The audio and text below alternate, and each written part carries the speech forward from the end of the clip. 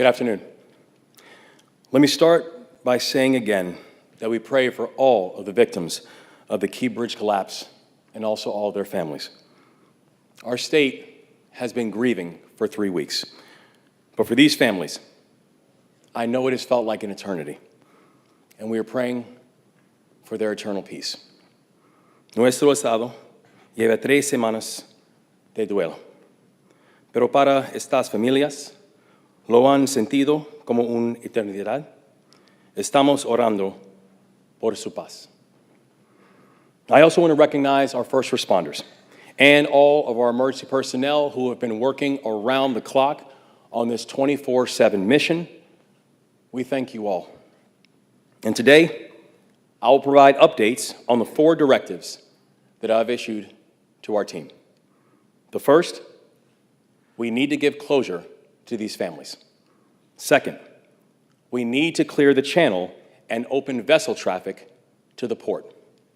Third, we need to take care of all of the people who have been affected by this crisis. And fourth, we need to and we will rebuild the Key Bridge. Now first, on providing closure to the families. You all know that Maryland State Police recently recovered one of the missing victims. And we hope that everyone will respect the request of the family for privacy during this difficult time. In this moment, our ask is simple. Let's not lose sight of our humanity. Because weeks ago, we lost 6 Marylanders.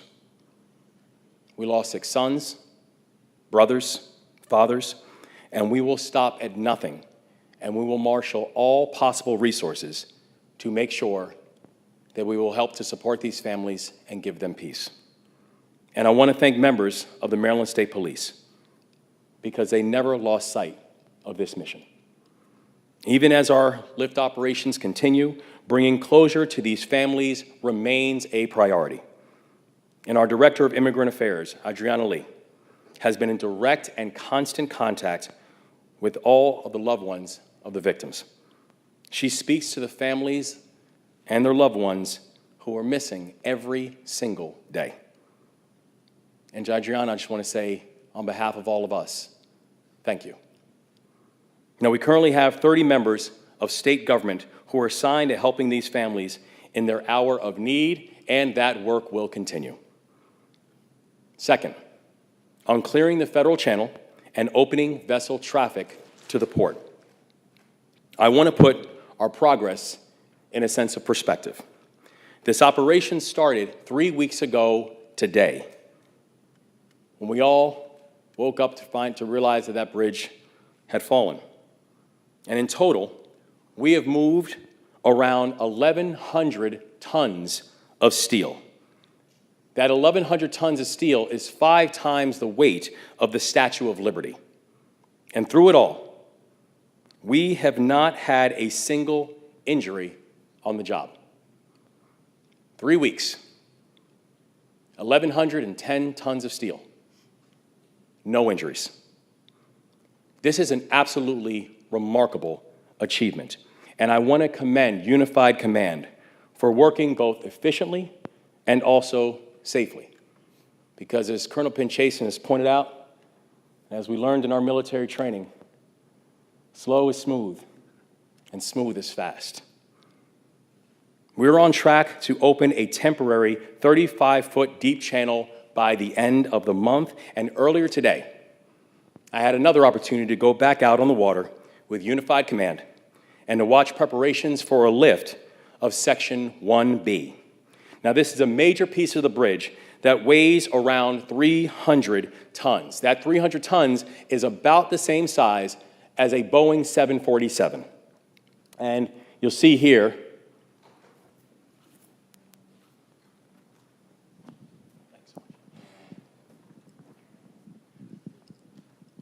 so you see here, this is the piece that we're working on removing. And when you look at the size and the enormity of what it is in terms of the operation, you see it's imperative for us to be able to accomplish the larger mission by the end of this month, having that 35-foot channel open, and then by the end of May, being able to have the full channel open. This here is actually one of the pieces that was blocking one of the core arteries that we have for it. If we can go on to the next slide, one of the amazing things is that this is the crane here that's doing the pull operation. That in order to prepare, you had to have personnel, and just for an understanding, we have over 370 people who are working on this operation. That's Unified Command. And if you look at the amount of assets that we now have in the water, currently as we speak, there are over 80 assets that we have in the water. That includes boats, cranes, the barges, etc. One of the assets is this right here. And this crane, which took days of preparation in order to prepare for that lift, you now see here the mass that got pulled out of the water.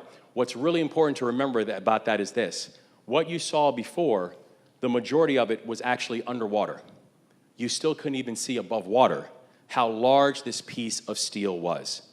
That shows the measure of complexity of this larger operation, and frankly, one of the main reasons why when we look at what Unified Command has pulled off and continues to execute, why this continues to be such a remarkable operation. This type of and this kind of complexity is unprecedented. And seeing the professionalism in the way that this team has moved has been absolutely extraordinary.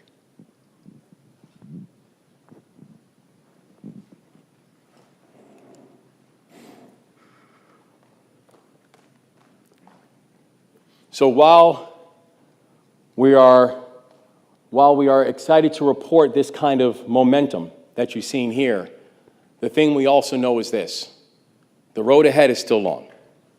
There are still many lifts that will be performed. But the same type of caution, the same type of professionalism, the same type of certainty that this type of lift, that was needed for this type of lift, that is the same type of focus and the same type of expectation that will go into every single lift that takes place. Now, third, taking care of our people. On Friday, our administration launched a worker retention program through the Maryland Department of Labor. And the program is designed to help companies avoid layoffs in the wake of collapse. And as of this morning, we have already awarded grants through this program totaling $525,000. And these grants will help around 150 workers stay on the job. So if your business is at risk of laying off workers because of the Key Bridge collapse, we ask you to please visit labor.maryland.gov for more information. We are here to help. And last week, we also had the chance to launch a new website, a centralized state website that will serve as a central hub for Marylanders in search of federal and state and local support. So, if you're a business that has been affected by this crisis, our state is here to help you. If you're a worker who is struggling to make rent because of the collapse, our state is here to help you. If you're a commuter who wants to get updated on how we are responding to the traffic challenges, our state is here to help you. This type of centralized website is a central hub for you to get the information that you need and to show that our state collectively is here and has your back. So, please go to response.maryland.gov/bridge to learn more. Response.maryland.gov/bridge to learn more. And I'm also happy to report that our 3 permanent Maryland resource centers have helped a combined 264 Marylanders since they have opened. The Small Business Administration has also approved loans totaling $1.6 million to Marylanders who have been affected by this crisis, and I want to thank the Biden-Harris administration for their support and their leadership in this effort. They have been with us since day one, and we are grateful. Now, fourth, on rebuilding the Key Bridge. Last week, our congressional delegation introduced bipartisan legislation in the House and the Senate to ensure the federal government covers the cost of the rebuilding. I visited Capitol Hill last week to speak with leaders of both parties to get it done. I'm going back again this week to speak with leaders from both parties, because you cannot have a fully functioning Port of Baltimore if the Key Bridge is missing. The Key Bridge is not about nostalgia. It's about necessity, and we need to take action now. So I assure you, we are going to also hold responsible parties accountable after a thorough investigation into the cause of the collapse that has concluded. Accountability is imperative in this moment. But to achieve all these goals, we've got to be able to work together. And while I know that many have grown cynical to the notion of bipartisanship, I'm confident in the ability of the U.S. Congress to come together in this moment. The reason I'm confident is because I've seen it happen here in Maryland. Because just today, we are joined by several state lawmakers, past and present, and all Republicans. When the Key Bridge fell, we received outreach from people all over the state who did not start with mentioning their political affiliation, who did not start talking about what party they represent, who just simply called up and raised their hand and say, how can we help?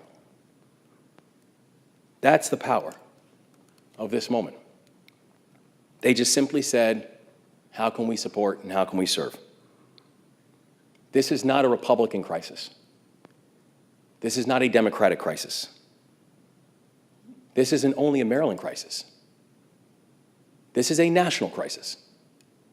And the solutions that we come to, they will not be partisan solutions. So just days ago, I signed the Port Act into law.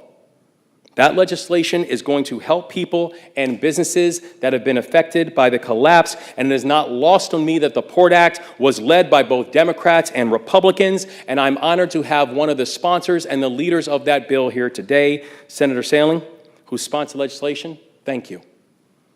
And Senator Sailing is a lifelong Republican, as he reminds me all the time. I'm grateful for your leadership, my friend. I want to thank you and thank all your colleagues. I want to thank the minority leader who ensured that we could get legislation through and know that party affiliation was not going to slow nor stall. And also, I'm grateful to be standing here with former Republican governor of Maryland, Bob Ehrlich, one of my predecessors. And I know the Key Bridge is deeply personal to him because it was his district in his time in the General Assembly that was affected. When he goes out and he takes a look at the collapsed Key Bridge, it's not foreign to him. As we go out and talk to the workers who are now impacted by this crisis, they are not foreign to him.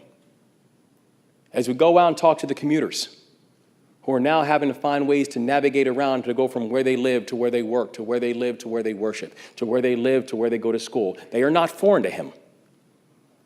As we're talking about all the truckers who now are not able to get from point A to point B, where the end point becomes the Port of Baltimore, none of them are foreign to him.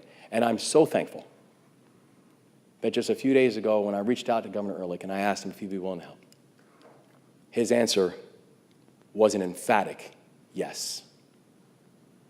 Governor, I appreciate you more than you know. Our state is going to be better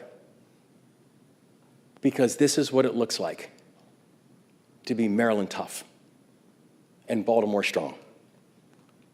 Our state's going to be better because collectively, the remarkable work of Unified Command, the remarkable work of local leaders, the remarkable work of federal delegation, the remarkable work of our General Assembly, both Democrats and Republicans, that this is a moment when people step up and said, mission first, people always.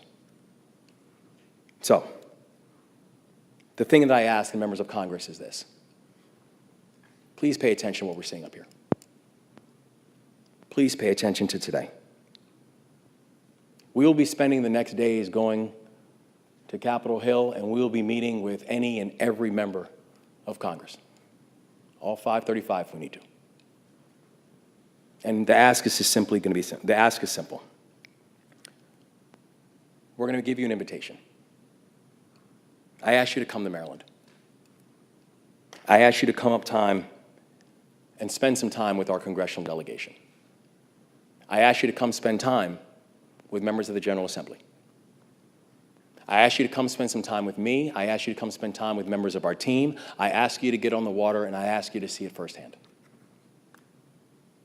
I ask you to get a clear understanding of what it means to see a ship that is the size of the Eiffel Tower, that is the weight of the Washington Monument, that's sitting in the middle of the Patapsco River with tens of thousands of tons of steel either sitting on it or sitting in the bottom of the river. Come see it for yourself. And we've already had members of Congress going from Florida to Washington show up to see the wreckage. And we want to keep on inviting more. We are ready and we're willing to work with anyone and everyone to get this done because that is the only way forward. So in a moment, I will turn it over to Governor Bob Ehrlich. And also following him, we are joined by Admiral Watson for Unified Command, Maryland State Senator Johnny Ray Salem, and Baltimore City Mayor Brandon Scott. And I want to thank all of our partners for their tireless work in making sure that we get this right. So, Governor Ehrlich, thank you so much.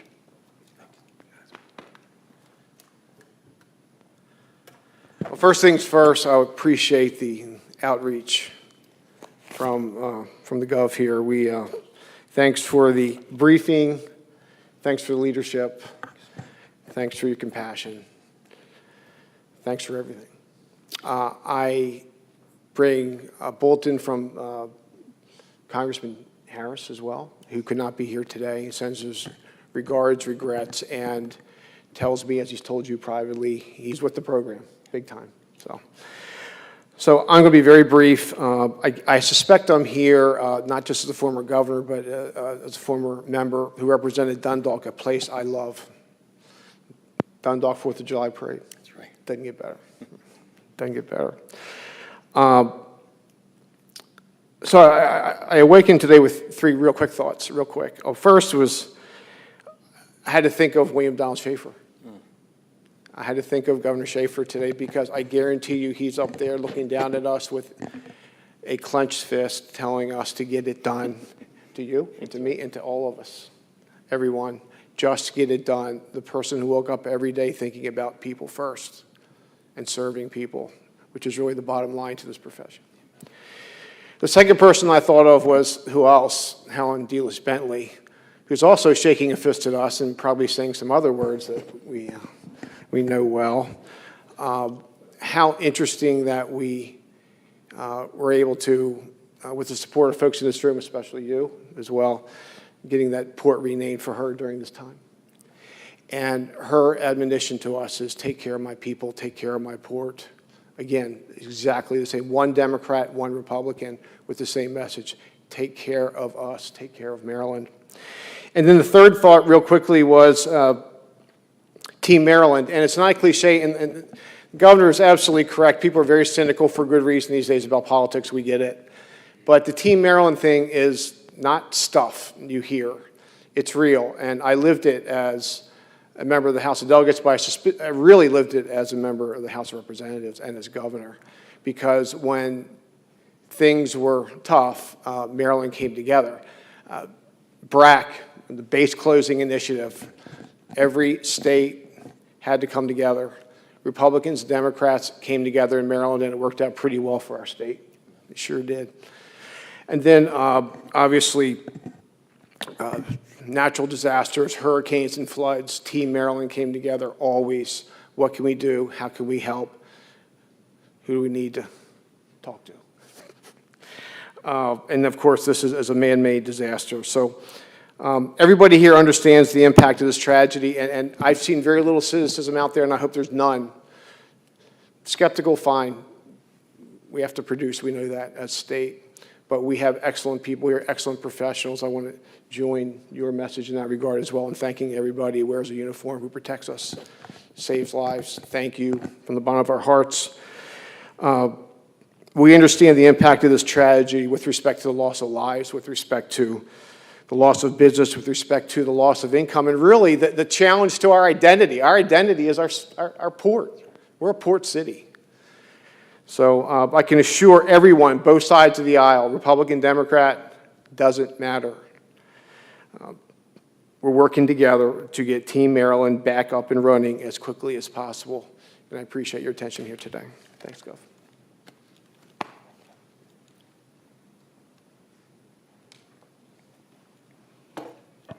Thank you, Governor, and Governor Ehrlich as well. Thank you. And good afternoon, everyone. I want to first begin by extending our heartfelt condolences to the families, friends, the loved ones of all those that were lost.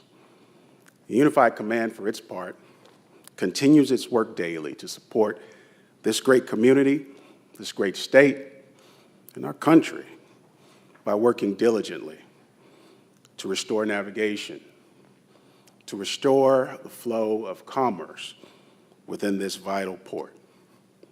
In so doing, we remain focused on several key priorities. One, we're focused on reopening the deep draft navigation channel. Colonel Pinchason has been doing a great job, a remarkable job, detailing those efforts. Thank you. For my part, I'd just like to highlight that on this past Sunday, we were able to remove a large segment of the bridge, a previously submerged segment of the bridge that weighed over 400 plus tons. And as you heard the governor allude to, we are actively removing yet another submerged segment of the bridge. Our team is doing tremendous work, and so we remain on schedule. Another key priority is removing the ship. We continue to remove containers and debris from the bow of the ship, which will allow us ready access to a portion of the bridge that is lodged against the bow of the ship. Removing this piece will be critical to refloating and removing the ship, and we continue to make good progress in so doing. And then finally, we are removing the remaining bridge debris from the waterway, and the state continues to make great progress in this regard. This is challenging and complex work, as you know, and the Unified Command team has been tremendous. But I want to especially call out the Baltimoreans and the Marylanders that are the nucleus of this team. Without their dedicated effort and commitment, this team would not go. It would not work as smoothly and as effectively as it has. We often refer to the Unified Command, and when we talk about this structured network of people and professionals doing this great work, but I think it's good for us to remember that at the heart of it all is people that live and work here. And we are particularly proud to be a part of this team, and we are particularly proud to be working with these folks that live and work here who are vested in the team's success, particularly vested. So we just want to say thanks to the city of Baltimore, to the state of Maryland, and its leadership for the continued and outstanding teamwork. We're going to keep focused on getting the job done. Thank you.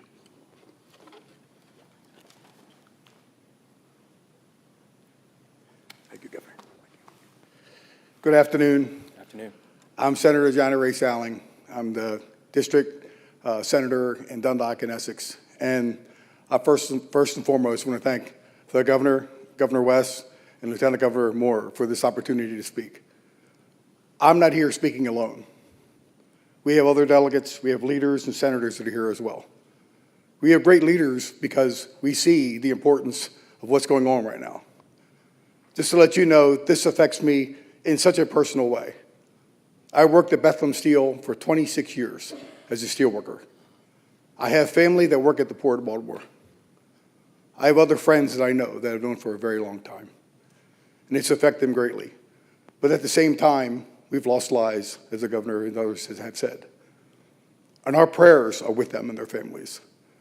I've had a brief opportunity just to speak with them with an interpreter, and I thank that opportunity.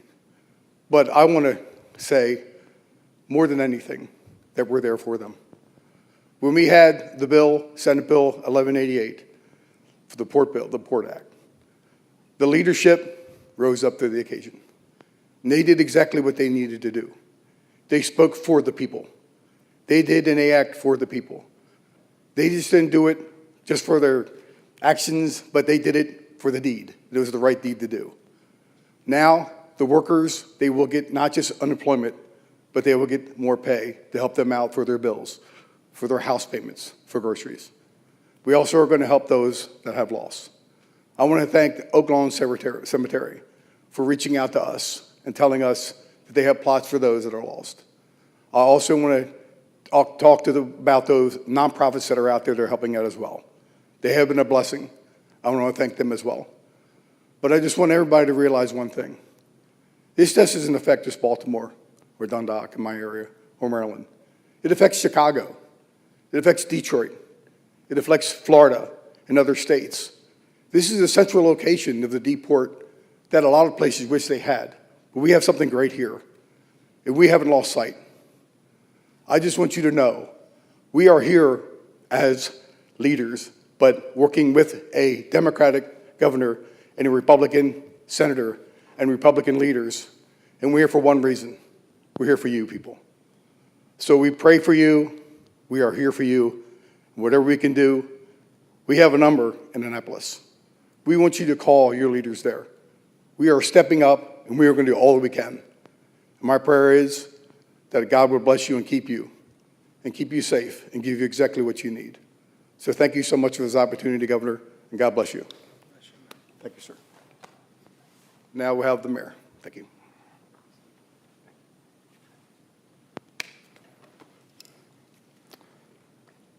Good afternoon, Governor, and Lieutenant Governor, senators and delegates, and thank you all for being here and continuing to bring attention to this work as our city, state, region, and country continue to overcome the impact. Yesterday, we always know, I start off by saying, of course, that our first and most important thoughts are going to be with those families and the prayers for them as we will continue to uplift them. A Marylander was brought home to their family who have been waiting for 3 weeks to be able to start closure and healing. The city of Baltimore grieves with them, and we will forever continue to support them, work with them, and aid them in whichever way we can as they grapple with this huge loss that they have suffered. This recovery will bring a great deal of comfort to them, but we all know that that pain and grief will continue to weigh heavy on that family and our entire community, but them most specifically for the rest of their lives. And there remain 2 families still waiting for their loved ones to come home. I know that every member of the best unified command team that I ever have seen at the state level, local level, federal level, and my counterparts in Baltimore County and Anne Arundel County is determined to make sure that every single family gets this closure, and will do everything in our collective power to ensure that that happens. And you can see that we are continuing to support these families directly and indirectly. The fund, Mr. Governor, that was set up by the Mayor's Office of Government Affairs, or MEMA, has now reached more than $650,000 into it. These funds are available to the families to cover immediate needs. MEMA continues to work alongside the Governor's Office, Baltimore County, Catholic Charities, Esperanza Center, and CASA to provide case management and immigration legal services to the families. I want to take this opportunity to thank those nonprofits for their partnership and commitment to supporting the victims, families, and survivors. I will also note that our efforts to support workers and businesses impacted will continue. Yesterday, the applications for the wage subsidy program being conducted by the Mayor's Office of Employment Development opened. Businesses can now apply at MOED's website at oedworks.com or contact wage subsidy at baltimorecity.gov via email for assistance. Our commitment to this effort is not and will never waver. We are committed to this effort for as long as it takes to rebuild our city stronger than before and until that bridge is rebuilt. We will continue to be resilient, and I want to thank every single person, business, nonprofit, and partner across the city and the state and the country who has helped and remains committed to help in doing this work. I also want to continue to thank the partners and the leader of Unified Command and Governor Moore, our fabulous congressional delegation, and all of our counterparts in local government. And I think I would be remiss if I didn't say that you hear me say all of our counterparts, not our Democratic counterparts, not our independent counterparts, not just our Republican counterparts, all of us, because a tragedy of this magnitude never was and never will be, as long as there's breath in our bodies, to be about party politics. This is about the lives lost, the impact that is being had to Baltimore, to Maryland, to this country, to the world. And we all have a duty to work together to make sure that we rebuild Baltimore back better and stronger. Thank you very much, Mr. Governor.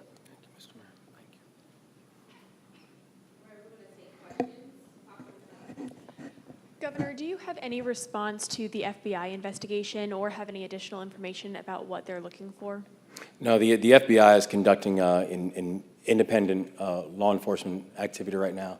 We were in close touch with them prior in terms of the notification that they would be boarding the vessel. We are going to be working in full partnership, and we'll provide them any assets or supports that they need during the investigation. But we also know it is an independent law enforcement case at this point. Any other questions? I do, yes. Okay. And then as far as the containers, how many have been lifted off and how many more do you have to go? So we now have 40 containers that have been lifted off. We know right now that there are still more to go, but part of the question becomes the weighing of the vessel. As we are continuing the operation, part of the reason for the lifting of the containers off of the vessel is because it's for the eventual refloating that will take place. And so right now, while we have 40 of the containers that have been removed from the vessel, we know that the operation of continuing to analyze and then continue to reanalyze where we are will continue until we have the vessel refloated. Hi, Paul Gessler with CBS Baltimore. Perhaps a question for the Rear Admiral. Is there a procedure for when a body is found? What happens next? And do you have any indication where those remaining victims may be based on where the other victims were located? I'll take your question kind of out of order if that's okay with you. There's no way to tell where the remains of the remaining victims are. As far as procedure goes, when the salvagers come across anything even remotely close to a vehicle or human remains, they stop. At that point, they make sure the scene is safe, everything is shored up, then they contact the MSP Underwater Recovery Team. We keep 10 divers on standby to go out and do what's necessary. Over the weekend, that works seamlessly. And as quickly as they do what they need to do, we're right back to salvage operations. So there is a credible level of communication and coordination going on there.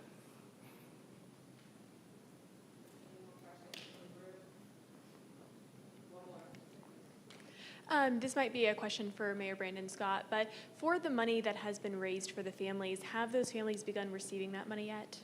And if so, in what way? So I think I'll just say that the families know how they can receive those funds and what they can receive those funds for. But as we said earlier, what I think we have to avoid is talking about exactly how other families are receiving those funds and what they're doing it for at this time. We want them to be able to pull down those funds and do what the things that they may need to do, which may be anything from food that they need to eat, bills they need to pay, funeral costs. But we have to be respectful of their privacy and allow them to do that. But we'll make sure, and there'll be accounting measures to make sure that every dollar that's going exactly to the people who it's supposed to go to, and that's them.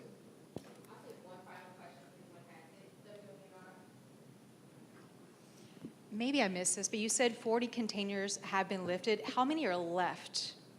Well, there were 4,000 containers that were on the Dolly when the Dolly began its initial embarkment. But there won't be a need to remove every single container before refloating the vessel. The whole point of removing of the containers now, and again, the containers when they're empty can range from upwards of 1.5 to 2 tons each container. And the Dolly had 4,000 of them on it. So there will be no need to remove every single container from the Dolly. The point is removing enough that as we remove the truss from the Dolly, and then you can have a refloating of the vessel, that you can then do that safely.